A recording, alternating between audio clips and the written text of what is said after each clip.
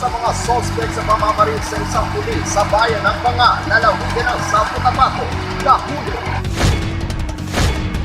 PDLs tumanggap ng ayuda mula sa pamahalaang panlalawigan ng Cotabato at DSWD. LGU Takuro nagsagawa ng pagtatapos sa pagsasanay ng pagpapaguli. Yan ang ulo ng mga balita sa pagbabalik ng Succession Headlines.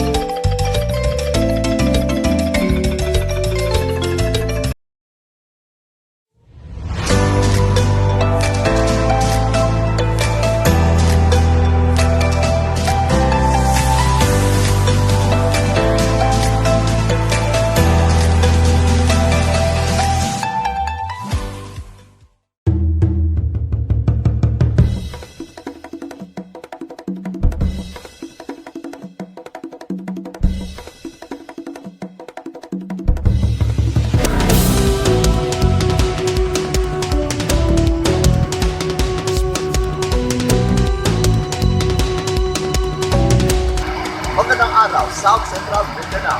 Narito na mga pangunahing balita sa Succession Headlines ngayong Nobyembre 3, taong 2023. Isa sa mga suspect sa pamamaril sa isang pulis sa bayan ng Banga, lalawigan ng South Cotabato, nahuli. Narito ang tanda. Napasakamay na ng mga otoridad ang isa sa apat na mga sospek sa nangyaring pamamaril sa isang pulis sa barangay Liwanay, bayan ng Banga, lalawigan ng South Cotabato noong kagabihan ng ika-29 ng Nobyembre kasalukuyang taon. Kinilala ang nahuling sospek na si alias Arnie, nasa 8 taong gulang, may asawa at naninirahan sa bayan ng Tiboli, lalawigan ng South Cotabato. Matatandaan na bandang alas 8 ng gabi nang pinagbabaril ng mga sospek ang biktima na si Police Executive Master Sergeant Jericho Tambanillo Magpanwa na nakatalaga sa Surala Municipal Police Station na kung saan nagtamo ito ng tama ng bala sa bahagi ng kanyang tiyan. At dahil sa agarang aksyon at isinagawang hot pursuit operation ng mga tauhan ng Surala Municipal Police Station, Tiboli Municipal Police Station, 2nd SCPMFC at iba pang operatiba ng South Cotabato Police Provincial Office ay kanilang naaresto ang isa sa mga suspect sa Purok Saging, Barangay Poblasyon, bayan ng Tiboli, lalawigan ng South Cotabato. Sa ngayon ay kasalukuyan pa rin ginagamot ang biktima habang nagpapatuloy pa rin ang isinasagawang operasyon ng kapulisan para mahuli ang iba pang mga kasamahan ng nahuling sospek. Ako ang inyong kaibigang Apolinario 30 Valencia para sa Succession Headliners. PDLs tumanggap ng ayuda mula sa pamahalaang panlalawigan ng Cotabato at DSWD.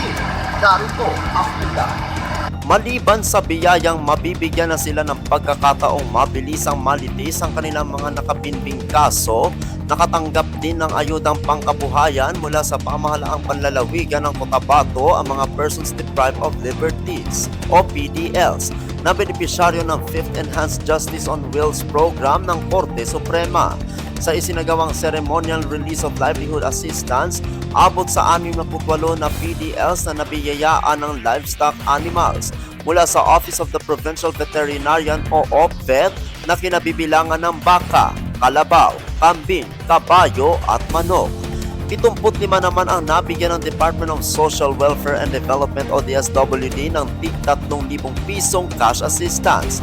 Samantalang 3 naman dito ay nakabenepisyo sa libreng tilapia o hito fingerlings ng Office of the Provincial Agriculturist o OPAG.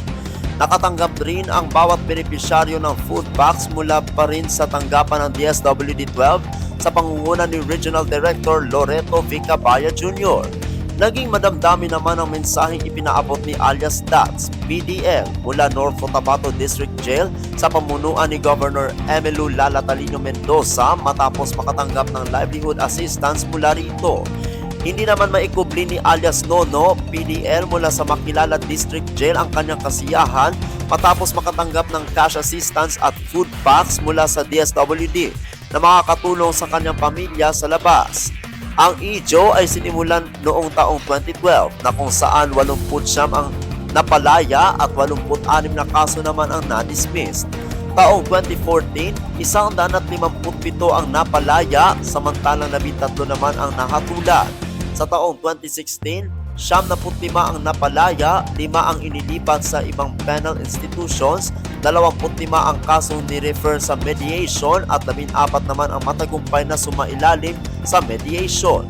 At noong taong 2018, umabot sa 400 na bilanggo ang nakalaya, 30 ang ni-refer sa mediation at 9 ang matagumpay na sumailalim sa mediation.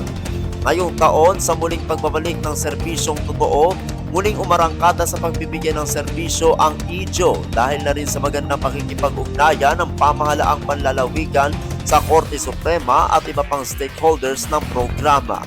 Ako ang inyong kaibigang Apolinario Tony Valencia para sa Soxergen Headliners. Para sa uling balita, LGU Takuro nagsagawa ng pagtatapos sa pagsasanay ng pagpapagupit. Narito ang bida. Nagsagawa ng skills training on barbering ang local government unit ng Takuro na ginanap ang seremonya ng pagtatapos noong ika-29 ng Nobyembre kasalukuyang taon sa Alternative Learning System Center.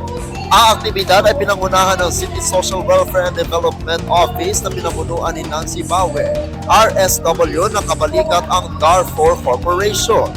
Ang 5 araw na pagsasanay ay nagsimula noong ika-23 ng Nobyembre kasalukuyang taon na dinaluhan ng 10 individual. Iprenesenta at sinamahan ni Josephine M. Ubaldo, Project Evaluation Officer 3 at Community Training and Employment Coordinator of TESDA sa lungsod ng mga nagtapos. Nagbigay naman ng kanyang makabuluhang talumpati ang Pangulo ng Darfur na si Karen Mabel D. Rubin na binati at pinasalamatan ng mga nagtapos.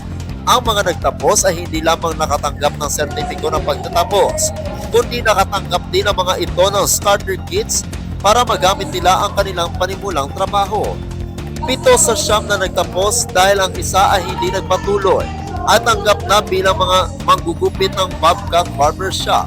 Sa pamamagitan ng kanilang pagsailalim sa programa ay tuluyan ng pagbukas ng trabaho sa kanila. Ako ang inyong kaibigang Apolinario Tony Valencia para sa Soxergen Headliners.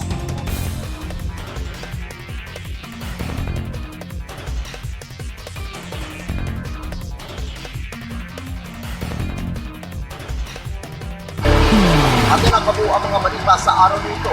Mga balitang kailangan ninyong malaman. Balitang walang pinapakihan. Mga balitang totoo. Mga balitang may aral at inspirasyon. Ito ang Soxergen Headlines. Hanggang bukas, maraming salamat at magandang araw. Kaibigan.